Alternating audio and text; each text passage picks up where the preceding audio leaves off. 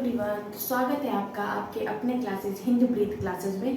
तो मैंने जो है इससे पहले आपको संबंध बोधक अव्यय बताया था। आज जो है मेरा नेक्स्ट टॉपिक क्या है, समुच्चय बोधक अव्यय। आपको पता ही होगा कि अगला टॉपिक समुच्चय बोधक अव्यय ही होना चाहिए, ठीक है। तो आज ये जान लेते हैं कि समुच्चय बोधक अव्यय क्या होता है। तो समुच्चय बोधक, समुच्चय मतलब एक साथ, समुच्चय मतलब एक साथ, ठीक है। जो दो शब्दों, दो वाक्यों और वाक्यांशों को जोड़ने का कार्य करता है उसे समुच्चय बोधक अव्यय कहते हैं। मतलब जब दो शब्द हो गए, जैसे राम श्याम, अगर उसके बीच में और लगा दे, राम और श्याम, ठीक है। या दो वाक्यों, ठीक है, राम मंदिर जा रहा है, श्याम भी जाएगा, तो अगर उसमें लगाते राम मंदिर जा रहा है और श्याम भी जाएगा, दो वाक्यों और दो वाक्यांशों को जोड़ने का जो कार्य जो शब्द करता है उसे समुच्चय बोधक अव्यय कहते हैं। समझ में आ गया। समुच्चय बोधक अव्यय मतलब जो दो वाक्य, दो शब्दों, वाक्यांशों के बीच में जोड़ने का जो शब्द यूज होता है ना, उसे समुच्चय बोधक अव्यय कहते हैं। समुच्चय बोधक अव्यय को इंग्लिश में जो है कंजक्शन कहते हैं, ठीक है। जैसे एंड लगाते हैं ना, ठीक है, तो वो समुच्चय बोधक कंजक्शन में आता है इंग्लिश में। यहाँ पे हम समुच्चय बोधक देख रहे हैं हिंदी में, तो ठीक है। तो इसमें कौन कौन से शब्द आते हैं, तो इसमें तो, और, अथवा, यदि, इसलिए, परंतु, किंतु इत्यादि शब्द आते हैं, ठीक है। उदाहरण क्या है, चाय पिएंगे या कॉफी, तो इसमें जो है या क्या है, समुच्चय बोधक का कार्य कर रहा है। पूछा जा रहा है कि आप चाय पिएंगे या कॉफी, ठीक है, तो या किसका कार्य कर रहा है, समुच्चय बोधक का, ठीक है। मधु गाएगी तो रूपा नृत्य करेगी, इसमें भी क्या है, तो जो है दोनों वाक्यों को जोड़ने का कार्य कर रहा है। अगर मधु गाएगी तो कौन नृत्य करेगा, रूपा नृत्य करेगी। अगला है राम और श्याम कल दिल्ली जाएंगे, राम और श्याम, ठीक है, राम और श्याम कल दिल्ली जाएंगे, तो दोनों शब्दों को जोड़ने का कार्य कौन कर रहा है, और कर रहा है, ठीक है। जैसे हम अब समुच्चय बोधक ये जान लेते हैं कि इसकी जरूरत क्यों पड़ती है। हम बिना जो है समुच्चय बोधक अव्यय लगाकर भी अपने सेंटेंस को बोल सकते हैं, तो बिल्कुल बोल सकते हैं, लेकिन अगर आप समुच्चय बोधक अव्यय लगाकर जो है अपने वाक्यों को लिखते हैं या बोलते हैं तो वो और अच्छा लगता है सुनने में भी और लिखने में भी। जैसे अगर आप कोई कहानी या किसी के बारे में बता रहे हैं, ठीक है, जैसे मैं एक एग्जाम्पल लेती हूँ, जैसे मोहन कल बाजार गया, मोहन ने वहाँ कपड़े खरीदे, मोहन ने वहाँ सब्जी खरीदी, मोहन ने वहाँ गाड़ी चलाया, मतलब ऐसे सेंटेंस अगर आप बोलते हो, ठीक है, तो बार बार मोहन मोहन लिखना आपके लिए भी सही नहीं है, मतलब लगेगा, और जो है लिखने में भी खराब लगेगा। लेकिन अगर आप इस तरह से बोलते हो कि मोहन कल बाजार गया और वहाँ पे उसने सब्जी खरीदी और उसने जो है वहाँ पे क्या कहते हैं, शॉपिंग किया, हाँ, ये सब शब्द यूज करके अगर आप अपने वाक्यों को बोलते हो या लिखते हो तो और अच्छा लगता है, ठीक है। और इसलिए यहाँ समुच्चय बोधक का इस्तेमाल करते हैं वाक्यों में, शब्दों में और शब्दांशों में, वाक्यांशों में, ठीक है। अब इतना समझ में आ गया कि समुच्चय बोधक क्या होता है। तो जो दो शब्द, दो वाक्य और वाक्यांशों को जोड़ने के लिए जो शब्दों का यूज होता है उसे समुच्चय बोधक अव्यय कहते हैं, ठीक है। अब समुच्चय बोधक के भी भेद होते हैं, ठीक है। पहला क्या होता है, समुच्चय बोधक के कितने भेद होते हैं, तो समुच्चय बोधक के दो भेद होते हैं। कितने होते हैं, दो भेद होते हैं, ठीक है। पहला क्या है, समान अधिकरण समुच्चय, दूसरा व्यधिकरण समुच्चय बोधक, ठीक है। समानाधिकरण समुच्चय बोधक क्या होता है, जब दोनों वाक्य या दोनों शब्द समान हो, मतलब अगर एक वाक्य लिखा है और दूसरा लिखा है और उसमें जो समुच्चय बोधक लगाया जा रहा है तो दोनों वाक्यों का जो अर्थ है वो समान ही हो। मतलब अगर एक वाक्य लिखे तो दूसरा का भी हमें समझ में आ जाएगा कि इसके बाद यही होगा, ठीक है, तो वो समानाधिकरण समुच्चय बोधक अव्यय होगा, ठीक है। और व्याधिकरण में मतलब एक शब्द दूसरे शब्द से विपरीत हो या एक वाक्य दूसरे वाक्य से विपरीत हो तो वहां पे व्याधिकरण समुच्चय बोधक होगा। अभी आपको आगे जो है समानाधिकरण समुच्चय बोधक का जब परिभाषा बताएंगे तो समझ में आएगा। देखिए क्या है, जिन समुच्चय बोधक शब्दों द्वारा दो समान वाक्यांशों, मतलब दोनों वाक्य कैसे हो, समान हो, शब्दों और वाक्यों को जोड़ा जाता है। दो समान वाक्यांश या दो समान शब्द या दो समान वाक्यों को जोड़ा जाता है, वहां समानाधिकरण समुच्चय बोधक अव्यय होता है। ठीक है, जैसे इसमें कौन कौन से शब्द आते हैं? और, अथवा, एवं, चाहे, किंतु, इसलिए आदि। ठीक है, अब यहाँ पे देखिए आपको समझ में आ जाएगा। कहानी लघु कथा लिखिए। अब कहानी अथवा लघु कथा लिखिए, मतलब ये और ये समान ही है, कहानी अथवा लघु कथा लिखिए। ठीक है, जैसे एक और आपको हम एग्जाम्पल देते हैं, जैसे बार बार मैं मोहन ही ले लेती हूँ। रोहन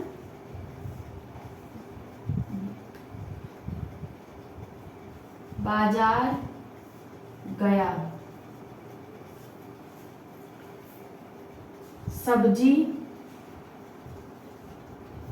सब्जी खरीदा। ठीक है, अगर इन वाक्यों को देखें तो मोहन बाजार गया, सब्जी खरीदा, तो ये समझ में आ रहा है कि दोनों वाक्य जो है सेम ही है। मतलब अगर मोहन बाजार गया है तो वहां कुछ ना कुछ खरीदेगा, ये कुछ ना कुछ जो है शॉपिंग ही करेगा। तो यहाँ पे और अगर नहीं लगा तो भी आपको समझ में आ रहा है कि मोहन या रोहन बाजार गया और सब्जी खरीदा। ठीक है, और अगर इस वाक्यों को जोड़े तो यहाँ पे कौन सा समुच्चय बोधक लगेगा? और, रोहन बाजार गया और सब्जी खरीदा, तो समान वाक्य है। समान वाक्यों को जब जोड़ने का जो कार्य करता है वहां समानाधिकरण समुच्चय बोधक अव्यय होता है। ठीक है, जैसे मोहन और सोहन गाना गाएंगे, दोनों सेंटेंस क्या है?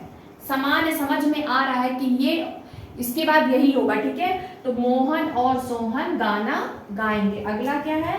शहर जाना था परंतु बस नहीं मिली। शहर तो जाना था परंतु बस नहीं मिली, कारण क्या है कि बस नहीं मिली। ठीक है, तो यहाँ परंतु जो है ये समानाधिकरण समुच्चय बोधक का कार्य कर रहा है। ठीक है, समझ में आ गया। जब दोनों वाक्य, दो शब्द या वाक्यांश समान हो, उसमें जो शब्द यूज होते हैं, जो उपयोग में लाए जाते हैं, वहां समानाधिकरण समुच्चय बोधक अव्यय होता है। समझ में आ गया। अब समानाधिकरण समुच्चय बोधक के भी भेद होते हैं, वो भी हम जानेंगे कि उसमें क्या क्या होते हैं। ठीक है, तो इतना आपको समझ में आ गया। समुच्चय बोधक किसे कहते हैं? समुच्चय बोधक के कुछ उदाहरण भी मैंने बताया। और समुच्चय बोधक के भेद, कितने भेद होते हैं? दो भेद होते हैं, समानाधिकरण और व्याधिकरण। समानाधिकरण किसे कहते हैं? ठीक है, अब अगला क्या है? हम समानाधिकरण के भेद जानेंगे। ठीक है, समुच्चय बोधक के कितने भेद होते हैं? तो इसके 4 भेद होते हैं। कितने होते हैं? 4 भेद होते हैं। ठीक है, पहला क्या है? संयोजक। जब दो वाक्यों या उपवाक्यों को जोड़ने में जो शब्द यूज होते हैं वहां संयोजक होता है। ठीक है, विभाजन नाम से ही क्लियर है। विभाजन, जहां पे दो वाक्यों और उपवाक्यों के विभाजन और विकल्प में जो शब्द यूज होते हैं वो क्या कहलाते हैं? विभाजक। ठीक है, विरोध सूचक, जहां पे विरोधाभास शब्द यूज किए जाते हैं वहां विरोध, नाम से ही सब क्लियर है। परिणाम सूचक, जहां पे रिजल्ट या परिणाम के बारे में बात की जाती है वहां पे परिणाम सूचक समानाधिकरण समुच्चय बोधक अव्यय का उपयोग करते हैं। ठीक है, अब देखिए कि किसका यूज कहाँ करते हैं। ठीक है, अब बारी बारी से जो है एक एक करके हम सबके बारे में जानेंगे विस्तार से। पहला क्या है? संयोजक। ठीक है, संयोजक मतलब जोड़ना। ठीक है, नाम से ही क्लियर है, जोड़ना। दो शब्दों, वाक्य और उपवाक्यों को जोड़ने वाले शब्द संयोजक कहलाते हैं। मतलब जब दो शब्द, वाक्य या उपवाक्य जो होते हैं उनको जो जोड़ने वाले जो शब्द होते हैं वहां पे संयोजक समानाधिकरण समुच्चय बोधक होगा। ठीक है, जैसे और, एवं, तथा आदि। इसमें कौन कौन से शब्द आते हैं? और, एवं, तथा आदि। ठीक है, उदाहरण देख लीजिए। कृपया राजेंद्र एवं रजनी के विवाह में पधारे। किसके विवाह में? राजेंद्र और रजनी, या राजेंद्र एवं रजनी के विवाह में पधारे। जैसे क्या लिखा नहीं रहता है, आप शादी का कार्ड देखते होंगे तो उसमें लिखा रहता है सीता एवं मोहन। ठीक है, नाम एवं, जिस पति और पत्नी का नाम के बीच में एवं लगा होता है। ठीक है, पता है ना। तो वैसे ही कृपया राजेंद्र एवं रजनी के विवाह में पधारे। ठीक है, सीता और गीता कल लखनऊ जाएंगी। सीता और गीता कल लखनऊ जाएंगी। कौन कौन जाएगा? सीता और गीता। समझ में आ गया। दो शब्दों को जोड़ने का कार्य कर रहा है तो वहां पे जो है संयोजक समानाधिकरण समुच्चय बोधक अव्यय होगा। ठीक है, अगला क्या है? विभाजक। विभाजक नाम से क्लियर है, विभाजन। ठीक है, दो शब्दों, वाक्यों और उपवाक्यों में विभाजन और विकल्प प्रकट करने वाले शब्द विभाजक कहलाते हैं। जहाँ पे विकल्प या विभाजन जो शब्द मतलब जो शब्द वाक्यों और शब्दों उपवाक्यों में विकल्प और विभाजन प्रकट करते हैं, वहां पे विभाजक होगा। जैसे या, अथवा, चाहे, अन्यथा आदि जो शब्द आते हैं तो वहां पे विभाजक समानाधिकरण समुच्चय बोधक होगा। ठीक है, उदाहरण देख लीजिए, चावल अथवा रोटी खाएंगे, मतलब या तो वो चावल खाएगा या तो रोटी खाएगा। ठीक है, अगला क्या है, लस्सी या शरबत पिएंगे। ठीक है, या तो लस्सी पिएगा या तो शरबत पिएगा। तो या और अथवा क्या है, विभाजक समानाधिकरण समुच्चय बोधक, मतलब दो शब्दों का विभाजन, दो वाक्यों का विभाजन कर रहा है, मतलब या तो ये करेंगे या तो ये करेंगे। ठीक है, या तो चावल खाएंगे या तो रोटी खाएंगे। ठीक है, ये संयोजक और विभाजक। ठीक है, संयोजन मतलब जोड़ना, विभाजन मतलब अलगाव या अलग करना। ठीक है, अब अगला दो और है, क्या है, विरोध सूचक और परिणाम सूचक, ये भी देख लेते हैं। अगला क्या है, विरोध सूचक, नाम से क्लियर है, विरोध। ठीक है, जहां पे विरोध की भावना होगी, विरोध प्रकट करने वाले शब्द होंगे। ठीक है, वहां पे विरोध सूचक समानाधिकरण समुच्चय बोधक होगा। ठीक है, दो, इसका परिभाषा जान लीजिए, दो विरोधी बातों, कथनों और उपवाक्यों को जोड़ने वाले शब्द विरोध सूचक कहलाते हैं। मतलब ठीक है, विरोध प्रकट करने वाले होंगे। ठीक है, जो वाक्य होंगे वो क्या होंगे, विरोध प्रकट करने वाले होंगे, उसमें जो शब्द यूज होते हैं वहां पे विरोध सूचक समानाधिकरण समुच्चय बोधक लगता है। इसमें कौन कौन से शब्द आते हैं, मगर, किंतु, परंतु, लेकिन, ठीक है, इत्यादि शब्द आते हैं। ठीक है, अब इसका उदाहरण क्या है, तो उदाहरण में देखिए, चाय नहीं मिली किंतु काफी मिल गई। चाय तो नहीं मिली मुझे, लेकिन क्या मिल गई, उसके चाय की जगह पे कॉफी मिल गई। तो यहाँ पे किंतु क्या है, दोनों विरोध जो वाक्य हैं, दोनों विरोध वाक्य को जोड़ने का कार्य कर रहा है। ठीक है, दिल्ली जाना था लेकिन ट्रेन नहीं मिली। दिल्ली तो जाना था लेकिन ट्रेन ही नहीं मिली, इसलिए दिल्ली नहीं गया। तो यहाँ पे क्या है, लेकिन क्या है, दोनों वाक्यों को जोड़ने का कार्य कर रहा है। वाक्य में दोनों विरोध है, मतलब चाय नहीं मिली तो कॉफी मिल गई, दिल्ली जाना था लेकिन ट्रेन नहीं मिली। ठीक है, तो दो विरोधी बातों को जोड़ने में जो शब्द यूज करते हैं उन्हें विरोध सूचक समानाधिकरण समुच्चय बोधक अव्यय कहते हैं। समझ में आ गया। अगला क्या है, परिणाम सूचक, ये भी नाम से क्लियर है, परिणाम, रिजल्ट। ठीक है, दो वाक्यों को जोड़कर परिणाम दिखाने वाले शब्द परिणाम सूचक कहलाते हैं। मतलब जो दो वाक्यों को जोड़कर जो परिणाम दिखाने वाले शब्द जो होते हैं वो परिणाम सूचक कहलाते हैं। इसमें कौन कौन से शब्द आते हैं, अतः, फलता, इसलिए, अतएव आदि। ठीक है, उदाहरण देख लीजिए, मैंने देर से नाश्ता किया था इसलिए मुझे, यहाँ पे भूख लगना लिखना भूल गई, इसलिए मुझे भूख नहीं लगी। मैंने देर से नाश्ता किया था इसलिए मुझे भूख नहीं लगी। तो वो जो है अपना बता रहा है कि मुझे भूख क्यों नहीं लगी, क्योंकि मैंने देर से नाश्ता किया था। तो ये दोनों वाक्यों को जोड़ने का जो परिणाम बता रहा है दोनों वाक्यों में, वो क्या है, इसलिए है। ठीक है, गृह कार्य नहीं किया था अतः डांट खानी पड़ी। मैं गृह कार्य नहीं किया था अतः मुझे डांट खानी पड़ी। तो ये परिणाम बता रहा है। परिणाम जो बताने वाले शब्द होते हैं उसे परिणाम सूचक समानाधिकरण समुच्चय बोधक अव्यय कहते हैं। ठीक है, देर से नाश्ता किया था इसलिए मुझे भूख नहीं लगी। ठीक है, गृह कार्य नहीं किया था अतः हमें डांट खानी पड़ी। तो ये क्या कर रहा है, ये दोनों शब्द ये इस वाक्य का परिणाम बता रहा है। समझ में आ गया। तो आज का जो है समानाधिकरण समुच्चय बोधक के सारे जो प्रकार है वो क्लियर हो गए। अब जो है अगला जो है वो क्या है, व्याधिकरण समुच्चय बोधक। अब उसके बारे में भी जानेंगे और एक एक करके उसके भेद भी है उसके बारे में भी जानेंगे। ठीक है, व्याधिकरण समुच्चय बोधक। व्याधिकरण समुच्चय बोधक क्या होता है, किसी वाक्य के प्रधान और आश्रित उपवाक्यों को जोड़ने वाले शब्दों को व्याधिकरण समुच्चय बोधक कहते हैं। मतलब किसी वाक्य के प्रधान और आश्रित उपवाक्यों को जोड़ने वाले शब्द, मतलब जो आश्रित उपवाक्य उनको जो जोड़ने वाले शब्द होंगे वो व्याधिकरण समुच्चय बोधक होंगे। समानाधिकरण में समान वाक्य या समान शब्द आते थे, यहाँ पे जो है वाक्य जो है या तो आश्रित होंगे या तो विपरीत होंगे। ऐसे वाक्यों को जब जोड़ा जाता है तो उसमें जो शब्द आते हैं उसे व्याधिकरण समुच्चय बोधक कहते हैं। इसमें कौन कौन से शब्द आएंगे? तो, ताकि, क्योंकि, अर्थात, आदि। समझ में आया? यदि उदाहरण देखें, यदि पानी आता तो नहा लेती।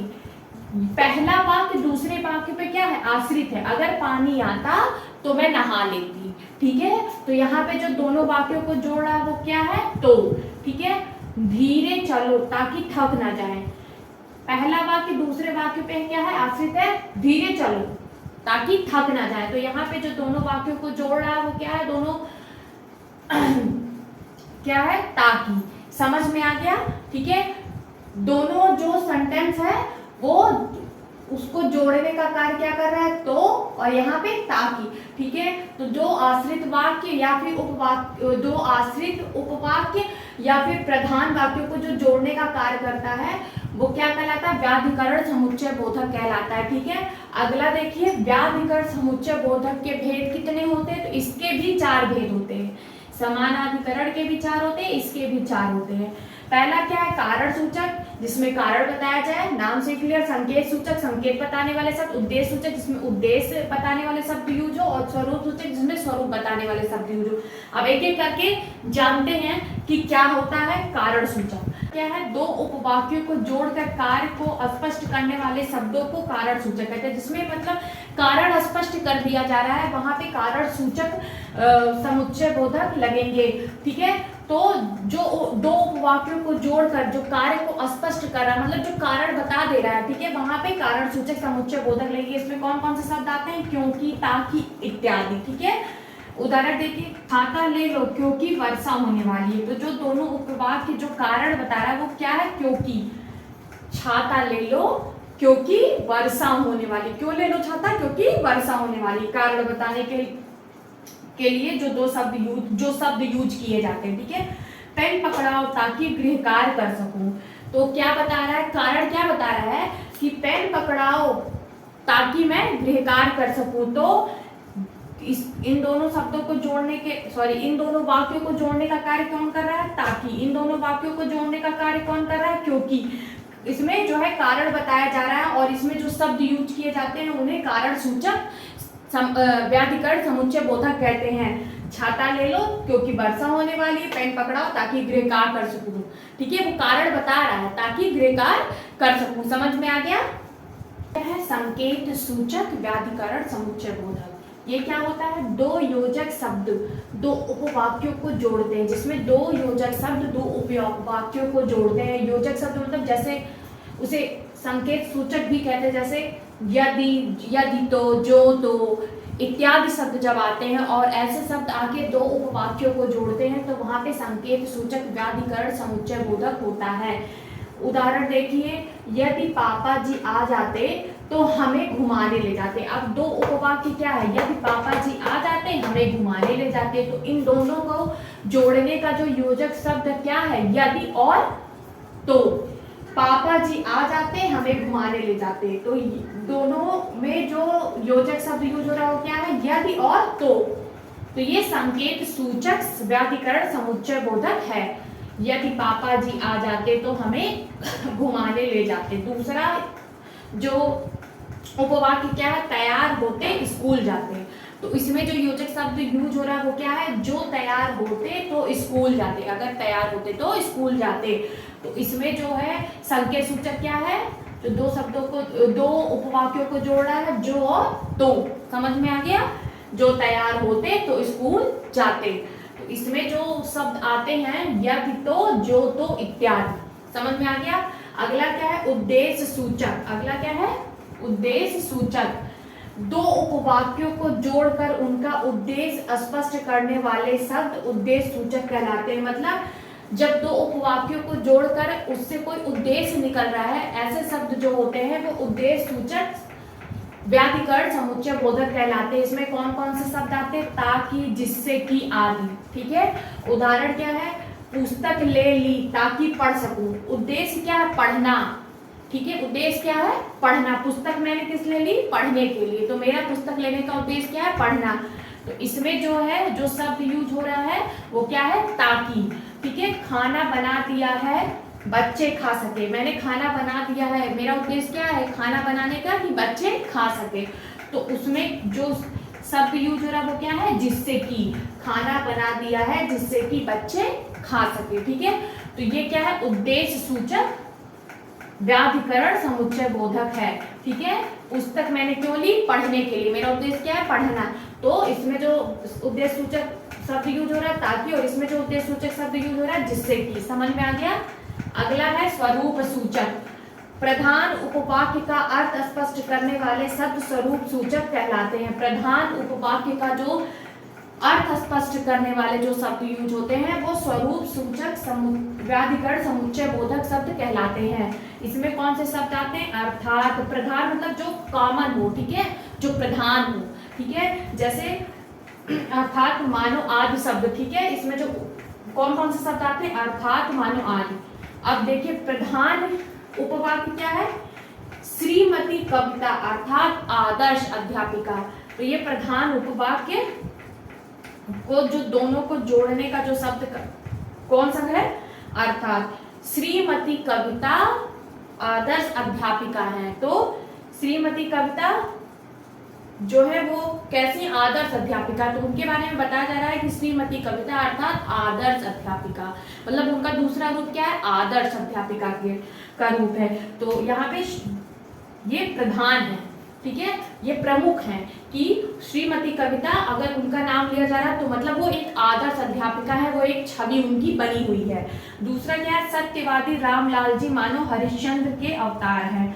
तो यहाँ पे जो है रामलाल जी की छवि कैसी है कि वो हमेशा सत्य बोलते, और सत्य बोलने वाले के बारे में क्या बोला जाता है कि वो हरिश्चंद्र की तरह है, क्योंकि हरिश्चंद्र क्या है, हमेशा सत्य बोलते थे, वो एक सत्यवादी में उनको बोला जाता है।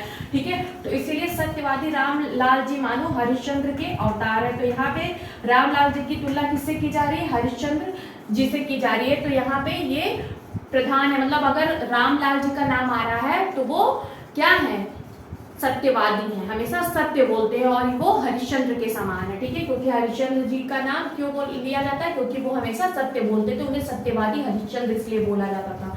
ठीक है, तो समझ में आ गया कि जब प्रधान उपवाक्य का अर्थ स्पष्ट करने वाले जो शब्द उपयोग में ला जाते हैं वहां पे स्वरूप सूचक व्याधिकरण समुच्चय बोधक होता है।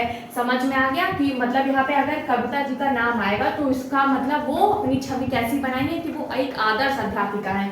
सत्यवादी रामलाल जी कैसे हैं, हमेशा सत्य बोलते हैं, तो वो हरिश्चंद्र की तरह मानो हरिश्चंद्र के अवतार है। ठीक है, समझ में आ गया। तो आपका जो है मैंने आज समुच्चय बोधक जो है कवर कर दिया, पूरा कंप्लीट पढ़ा दिया है, और आई होप जो है आपको पसंद आया होगा, और मैंने सारे उसके जो भेद है वो भी बता दिया है। तो जितने, अगर किसी को कोई डाउट होगा तो प्लीज़ मुझे कमेंट करके पूछेगा, और मेरे चैनल को प्लीज़ सब्सक्राइब कर लीजिए, और मेरे चैनल को देखने के लिए दिल से धन्यवाद।